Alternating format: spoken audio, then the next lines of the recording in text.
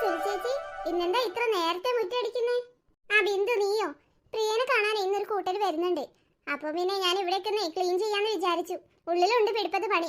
ആദ്യം തന്നെ മുറ്റത്തുള്ളതൊക്കെ അടിച്ചു വാരിയ പിന്നെ അകത്ത് സാവധാനത്തെ എടുക്കാലോ എന്ന് കരുതിയിട്ടാ.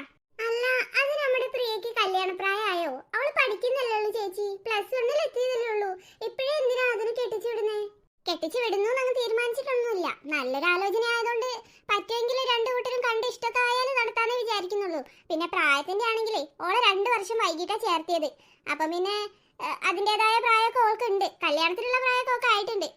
എന്നാലും ഇപ്പോഴത്തെ കാലത്ത് പെൺകുട്ടികളൊക്കെ പഠിപ്പിച്ച് എന്തെങ്കിലും പണിയൊക്കെ ആക്കിയിട്ട് കെട്ടിച്ചു വിടുന്നതാ നല്ലത്. ആ, നല്ലത് അതൊക്കെ തന്നെ. അപ്പോഴേക്കും മൂക്കിൽ പല്ല് വരും. പിന്നെ നല്ല ചെക്കന്മാരെ കിട്ടാതെയാവും. ഇതാവുമ്പേ നല്ല അടിപൊളി പയ്യനാ. മാത്രമല്ല ഗൾഫിൽ ജോലിയുണ്ട്, നല്ല ശമ്പളം ഉണ്ട്, നല്ല വീട്ടുകാരാണ്. വേറെന്ത് വേണം? അല്ല, പ്രിയമോൾക്ക് കുഴപ്പമൊന്നുമില്ലേ ഇത്ര നേരത്തെ കെട്ടിച്ചു വിടുന്നല്ലേ? ആ, ഇപ്പൊ കല്യാണം വേണ്ട, പഠിക്കണം, ജോലി വേണമെന്നൊക്കെ അവള് പറയുന്നുണ്ട്. പിന്നെ എല്ലാ കാര്യവും പിള്ളേരുടെ ഇഷ്ടത്തിന് അങ്ങ് നടത്തട്ടെ എന്ന് വിചാരിച്ചാലും ചിലപ്പോ അതൊന്നും ശരിയായിട്ട് വരില്ല. ഇവര് കല്യാണം വേണമെന്ന് പറയുന്ന കാലത്ത് നല്ല പയ്യനെ തന്നെ കിട്ടണ്ടേ? ഇതാവുമ്പോ ഞങ്ങൾക്ക് അറിയാവുന്ന കൂട്ടരാ. മാത്രമല്ല ചെക്കന് നല്ല തങ്കപ്പെട്ട സ്വഭാവമാ. കാര്യമായിട്ട് ഞങ്ങൾ പണവും കുടുംബമഹിമയും ഒന്നല്ല നോക്കിയത്, അവന്റെ സ്വഭാവം കൊണ്ടാ. അതുകൊണ്ടാ ഈ ഒരു ബന്ധത്തിന് ഞങ്ങൾ ഇത്ര താല്പര്യം കാണിക്കുന്നതേ.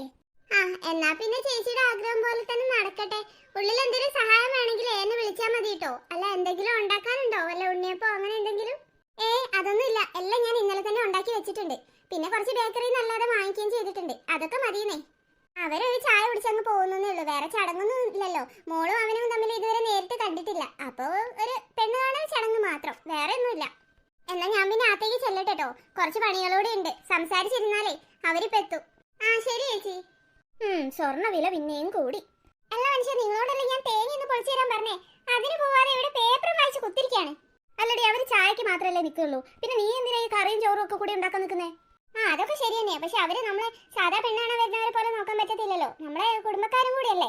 അപ്പൊ ഊണ് കഴിച്ചിട്ട് പോവാന്നൊരു വെറുമ്പാക്കെങ്കിലും പറയണ്ടേ? അങ്ങനെ പറയണമെങ്കിൽ ഇവിടെ എന്തെങ്കിലും ആക്കി വെക്കണ്ടേ? എന്റെ സുലു, ഓരോരു ചായ കുടിച്ച് അപ്പം തന്നെ പോകും. അല്ലാതെ ഇവിടെ ചോറിനൊന്നും പോലും നിൽക്കത്തില്ല. ഞാൻ ഇപ്പൊ തൽക്കാലം തേങ്ങ പൊളിച്ച് തരാൻ പറ്റുമോ ഇല്ലയോ? ഓ, തേങ്ങയല്ലേ, ഞാൻ പൊളിച്ച് തന്നേക്കാം. പത്രം വായിക്കാൻ സമ്മതിക്കില്ല. പിന്നെ രാവിലെ തന്നെ മറന്നിടുന്ന് വായിക്കാൻ എന്തെന്നാണ് അതിൽ ഇത്രയും മാത്രം എഴുതി വെച്ചത്? ആ, നീ ഇവിടെ കല്യാണമല്ലോ നോക്കുന്നത്. സ്വർണ്ണത്തിന്റെ വില റോക്കറ്റ് പോലെ കുതിക്കുന്നുണ്ട്. അതിനെ ഞാൻ നോക്കിയത്. ഞാൻ എന്തായാലേ തേങ്ങ പൊളിച്ചു തരാം, നടക്കങ്ങട്. എന്റെ ഈശ്വര, സ്വർണ്ണവില ഇങ്ങനെ റോക്കറ്റ് പോലെ പോയാൽ ഞങ്ങളൊക്കെ എന്ത് ചെയ്യും? 2 പെൺകുട്ടികളെ കെട്ടിച്ചു വിടുമ്പോഴേക്കും ഞങ്ങൾ പാപ്പരാവുന്ന എല്ലാ ലക്ഷണമുണ്ട്. ഇങ്ങേർക്കാണെ അതിനെ കുറിച്ച് വല്ല ചൂടുണ്ടോ? കിട്ടുന്ന മുഴുവൻ ചെലവാക്കി എങ്ങനെ ജീവിക്കാം? എന്റെ കല്യാണത്തിന് തന്ന സ്വർണ്ണം മുഴുവൻ ഇങ്ങനെ വിറ്റ് തൊലച്ച് ഇനിയിപ്പോ എന്തെടുത്ത് വെച്ച് മക്കളെ കെട്ടിക്കുമെന്തോ? മോനെ മോനെ, എന്റെ ഈശ്വര, ഈ തള്ള ഇത്ര രാവിലെ തന്നെ അങ്ങോട്ട് പുറപ്പെട്ടോ? എന്താടി സുലു, അന്ത വിട്ട പെരിച്ചായ പോലെ നോക്കിക്കുന്നത്? ഈ നാദിയുടെ കാണുക? അല്ല, ഞാൻ പെട്ടെന്ന് അമ്മേനെ കണ്ടപ്പോഴേ ഞാൻ വിചാരിച്ചു അമ്മ കുറച്ചുകൂടി കഴിഞ്ഞിട്ടായിരിക്കും വരുന്നതെന്ന്. ആ, നീ അങ്ങനെ കരുതൂ. അല്ലെങ്കിൽ നിനക്ക് രാവിലെ തന്നെ അവനെ ഒന്ന് പറഞ്ഞു വിട്ടുകൂടായിരുന്നോ? എന്നാൽ ഞാൻ ഈ കണ്ട ദൂരം എല്ലാം ബസ്സിലും ഓട്ടോറിക്ഷയിലും ഒക്കെ കയറി നിരങ്ങി ഇങ്ങോട്ട് വരേണ്ട വല്ല ആവശ്യമുണ്ടോ? അതെങ്ങനെയാ? അത് പിന്നെ ഞാൻ പറഞ്ഞതാ അമ്മേ. ഏട്ടൻ അപ്പോഴേക്കും ഇവിടെ കുറച്ച് പണിയൊക്കെ ഉണ്ടായിരുന്നു. അത് കഴിഞ്ഞിട്ട് അമ്മനെ വന്ന് വിളിക്കായിരുന്നു. അമ്മ ഇത്ര നേരത്തെ വരുന്നു വിചാരിച്ചില്ല. പിന്നെ വീട്ടിലൊരു കൂട്ടർ വരുമ്പോ ഉച്ചയ്ക്കാണല്ലോ കയറി വരുന്നത്. അല്ല, എവിടെ പ്രിയമോളെ എവിടെ എന്നിട്ട്? ആ, പിള്ളേര് രണ്ടാളും ഇതുവരെ ഉറക്കം എണീറ്റിട്ടില്ല അമ്മ. എന്റെ ഈശ്വര, എന്താ ഞാൻ കേൾക്കുന്നേ? നേരം വെളുത്ത് 7 മണിയായിട്ട് 2 പെൺപിള്ളേർ ഇതുവരെ ഉറക്കം എണീറ്റിട്ടില്ലെന്ന്. വല്ലാത്ത കഷ്ടം തന്നെ. ഇതൊക്കെ പഠിപ്പിക്കുന്നതിന്റെ ആണേ. ഞാനും വളർത്തിയിട്ടുണ്ട് 2 പെൺകുട്ടികളെ. 4 മണി എന്ന് പറഞ്ഞാൽ 4 മണിക്ക് 2 പേര് എണീക്കായിരുന്നു. അത് എത്ര ചെറുപ്പത്തിലെ ഇവിടെ ഒരുത്തേക്ക് കല്യാണപ്രായമായി. പെണ്ണ് കാണാൻ ചെറുക്കം വരുന്നു. എന്നിട്ട് അവൾ ഇതുവരെ എണീറ്റിട്ടില്ലെന്ന്. ഇതൊക്കെ നീ പോരാഞ്ഞിട്ടാ എന്റെ സുലു. അല്ല, അവരെന്നും നേരത്തെ എണീക്കാറൊക്കെ ഉണ്ട്. ഇന്നലെ രാത്രി ഉറങ്ങാൻ കുറച്ച് ലേറ്റ് ആയി, അതാ. എങ്ങനെ നേരത്തെ എണീക്കാനാ? നിന്റെ അല്ലേ മക്കളെ. എന്റെ മോൻ നിന്നെ കെട്ടിക്കൊണ്ടുവന്ന കാലത്ത് നീയൊക്കെ എപ്പോഴാ എണീറ്റ് വരുന്നതെന്ന് ഞാൻ കുറെ കണ്ടതല്ലേ. സൂര്യൻ അങ്ങ് ഉച്ചയിലെത്തണം, എന്നാലേ എണീറ്റ് ഇങ്ങോട്ട് വരത്തുള്ളൂ തമ്പരാട്ടി. ആ പഠിത്തം തന്നെയാ നിന്റെ മക്കൾക്കും കിട്ടിയത്. ആ, അമ്മയെ പറ്റി. ആ, ഞാനിപ്പോ ഇങ്ങനെ കയറിയതേ ഉള്ളൂ. എന്താ സുലു, നിന്റെ മുഖം വീർത്തിട്ടിരിക്കുന്നേ? ആ, അത് ഞങ്ങൾക്ക് ഞാൻ പറഞ്ഞു തരുന്നുണ്ട്. എന്താടാ കെട്ടിയോളും കൂടെ ഒരു കുശുകുശുക്കല്? ഒന്നുമില്ലമ്മ. അമ്മ ഇരിക്കി. എന്താ വന്നതല്ലേന്ന് നിൽക്കുന്നേ? അത് നിന്റെ കെട്ടിയോൾ എന്നോടൊന്ന് ഇരിക്കാൻ പറയണ്ടേ? അല്ല, അമ്മ ഇരിക്കി. ഓ, ഇതിപ്പോ പറഞ്ഞു പറയിപ്പിച്ച പോലെ ആയിപ്പോയി. വല്ലപ്പോഴും വരുമ്പോ ഇതാ അവസ്ഥ. ഇക്കണക്കിന് സ്ഥിരമായിട്ട് ഞാൻ ഇവിടെ എങ്ങാനും പൊറുതിയായിരുന്നെങ്കിൽ എന്തായിരുന്നു എന്റെ അവസ്ഥ? അല്ലടാ, അവരെപ്പോ വരുന്നാ പറഞ്ഞേ? 11 മണിയാവുമ്പോഴേക്കും വരും അമ്മ. ശരി, ഞാൻ പോയി പിള്ളേരെ ഒന്ന് വിളിച്ചുണർത്തട്ടെ. അതിനും ഞാൻ വരേണ്ടി വന്നു. നിന്റെ കെട്ടിയൊക്കെ ഇവിടെ എന്താടാ പണി? പിള്ളേരെ രാവിലെ ഒന്ന് വിളിച്ച് ഉണർത്താൻ പോലും അറിയത്തില്ല. നിങ്ങളോട് ഞാൻ 1000 വട്ടം പറഞ്ഞതാ ഇവിടെ എന്റെ പരിപാടി ഉണ്ടാകുമ്പോൾ നിങ്ങൾ അമ്മേനെ കൂടി വിളിച്ച് വരുത്തരുതെന്ന്. രാവിലെ തന്നെ തള്ളേന്റെ വായിലൊക്കെ എന്നെ കേൾപ്പിച്ചപ്പോൾ നിങ്ങൾ സമാധാനമല്ല അല്ലേ? അതിന് അമ്മയൊന്നും പറഞ്ഞില്ലല്ലോ സുലു. അമ്മ എന്നെ പറഞ്ഞില്ലല്ലോ സുലു. എന്റെ വായിലിരിക്കുന്നൊന്ന് കേൾപ്പിക്കണ്ട എന്നെ കൊണ്ട്. സുലു, നീ ഒന്ന് പതിയെ പറ, അമ്മ കേൾക്കും. അമ്മ എപ്പോഴെങ്കിലും അല്ലേ സുലു ഇങ്ങോട്ട് വരുന്നേ? ആ സമയത്തെങ്കിലും നിനക്ക് അമ്മയോട് നല്ലോണം ഒന്ന് പെരുമാറിക്കൂടെ? അത് കൊള്ളാം. നിങ്ങൾ പറയുന്നിട്ട് തോന്നല്ലോ ഞാൻ നിങ്ങളെ അമ്മേനെ കാണുമ്പോൾ അങ്ങോട്ട് കയറി ചെന്ന് പ്രശ്നം ഉണ്ടാക്കാന്ന്.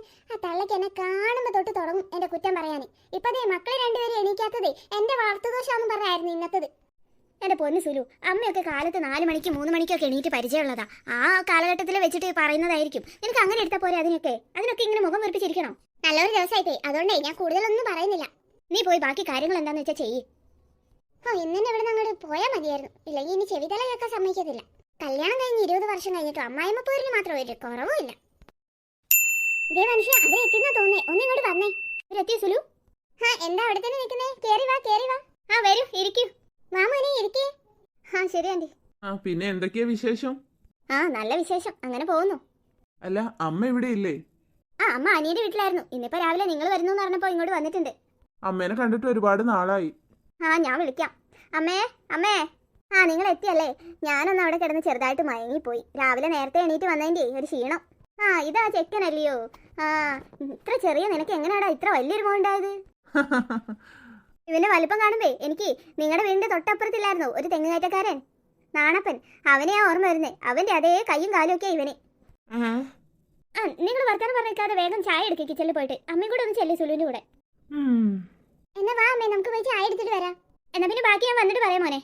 എന്നാ പിന്നെ അങ്ങനെ ആയിക്കോട്ടെ. മോനെന്താ ഒന്നും മിണ്ടാത്തെ? ഞാനങ്ങനെ ചുമ്മാ സംസാരിച്ച് എനർജി വേസ്റ്റ് ആക്കാറില്ലെങ്കിൽ. മിടുക്കൻ. നിങ്ങൾ ഇരിക്കും, ഞാനിപ്പോ വരാം. ഡാഡി, ഈ ഓൾഡ് വുമൺ പറഞ്ഞില്ലേ ഒരു തെങ്ങുകയറ്റക്കാരനെ കുറിച്ച്? അതാരാ ഡാഡി? അത് നീ വീട്ടിൽ പോയിട്ട് നിന്റെ അമ്മയോട് സൗകര്യപൂർവ്വം ചോദിച്ചു നോക്ക്. പോവാ ഡാഡി. ഈ പട്ടിക്കാട്ടിന്നൊന്നും എനിക്ക് പെണ്ണ് നോക്കണ്ടെന്ന് ഞാൻ ഡാഡിയോട് എത്ര പറഞ്ഞതാ. നിന്റെ സ്വഭാവത്തിന് പിന്നെ നിനക്ക് അമേരിക്കൻ പ്രസിഡന്റിന്റെ മോളെ കെട്ടിച്ചു തരും. ഡാഡി ചുമ്മാ എന്നെ ദേഷ്യം പിടിപ്പിച്ചാലുണ്ടല്ലോ. എന്നാ പിന്നെ മിണ്ടാതിരുന്നോ, അതാ നിനക്ക് നല്ലത്. മോള് വന്നല്ലോ. അതെ, ഇതാണ് എന്റെ മോള് പ്രിയ. നിനക്ക് എന്തേലും ചോദിക്കാനുണ്ടെങ്കിൽ ചോദിച്ചോ. പ്രിയ ഏതുവരെ പഠിച്ചു? അത് ഞാനിപ്പോ പ്ലസ് 1-ൽ. പ്ലസ് 1-ലാണോ പഠിക്കുന്നത്? അതെ. എന്താ ഡാഡി ഇത് ശൈശവ വിവാഹമാണോ നടത്താൻ ഉദ്ദേശിക്കുന്നത്? അത് പിന്നെ ഞങ്ങൾ മോളെ കുറച്ച് വൈകിട്ടാ സ്കൂളിൽ ചേർത്തിയേ. അവക്ക് കല്യാണപ്രായമൊക്കെ ആയിട്ടുണ്ട്. കേട്ടില്ലേ? അല്ല, അപ്പൊ പ്രിയക്ക് പ്ലസ് 2 ഒക്കെ കംപ്ലീറ്റ് ചെയ്യണ്ടേ? തുടർന്ന് ആരാവാൻ ആഗ്രഹം? എനിക്ക് പഠിച്ച് കളക്ടർ ആവണമെന്ന് ആഗ്രഹം. വാവ്, സൂപ്പർ. എന്റെ സുലു, നീ വായി നടച്ചു വെക്ക്. അപ്പൊ പ്രിയയെ വീട്ടുകാരെ നിർബന്ധിച്ച് കല്യാണത്തിന് സമ്മതിപ്പിക്കുന്നതാണോ? ഞാനായിട്ട് പഠിക്കാൻ താല്പര്യമുള്ള കുട്ടിയെ നിർബന്ധിപ്പിച്ച് ഒരു വിവാഹത്തിന് അതിൽ എനിക്ക് താല്പര്യമില്ല കേട്ടോ. അങ്ങനെയൊന്നുമില്ല, എനിക്ക് കുഴപ്പമൊന്നുമില്ല. കല്യാണം കഴിഞ്ഞാലും പഠിക്കാലോ. നിന്നെ മോള് തന്നെ. അപ്പൊ പ്രിയക്ക് എന്നെ ഇഷ്ടമായിന്ന് വിശ്വസിച്ചോട്ടെ? എനിക്ക് ഇഷ്ടമായി, നല്ല ഇഷ്ടമായി. ഇത്ര പെട്ടെന്ന് അവളുടെ മനസ്സ് മാറിയോ? ഇനി ചേട്ടൻ വായ അടച്ചു വെക്ക്. അവളെ എന്റെ മോളാ, ഞാൻ പറയുന്നതേ അവൾ കേൾക്കൂ. അതെന്തായാലും നന്നായി. എന്നാ പിന്നെ നമുക്ക് എത്രയും പെട്ടെന്ന് നല്ലൊരു മുഹൂർത്തം നോക്കിയിട്ട് നിശ്ചയം അങ്ങ് നടത്താം അല്ലേ? അതിന് ജാതകമൊന്നും നോക്കിയില്ലല്ലോ നിങ്ങളെ, പിന്നെ എങ്ങനെയാ നിശ്ചയം നടത്തുക? ഞങ്ങൾക്ക് അങ്ങനെ ജാതകത്തിലൊന്നും വിശ്വാസം ഇല്ല കേട്ടോ. ഞങ്ങൾക്ക് അങ്ങനെ ജാതകത്തിൽ വിശ്വാസമൊന്നുമില്ല. ആര് പറഞ്ഞു? എനിക്ക് വിശ്വാസമുണ്ട്, നല്ല വിശ്വാസമുണ്ട്. എന്റെ മോനുണ്ട് വിശ്വാസം, അല്ലടാ. എന്തായാലും ജോൾസിനെ കണ്ടിട്ട് മതി അടുത്ത തീരുമാനമൊക്കെ. എന്നാ പിന്നെ അങ്ങനെ ആയിക്കോട്ടെ. നിങ്ങൾ എന്താന്ന് വെച്ചാൽ തീരുമാനം അറിയിച്ചാ മതി. എന്നാ ഞങ്ങൾ ഇറങ്ങുവോ? അല്ല, ചായ കുടിച്ചില്ലല്ലോ. മോളെ കണ്ടപ്പോ തന്നെ ഞങ്ങളുടെ വയറ് നിറഞ്ഞു. ഇനിയിപ്പോ ചായ കുടിക്കേണ്ട ആവശ്യമൊന്നും ഇല്ല. എന്നാ ഞങ്ങൾ പോയി വരാം പ്രിയ. ശരി മോനേട്ടാ. നമ്പർ തരുമോ? നമ്പർ നിന്റെ അച്ഛൻ്റെ അടുത്തുണ്ട്, വാങ്ങിച്ചോ. ശരി, ഞാൻ മെസ്സേജ് അടിക്കാം.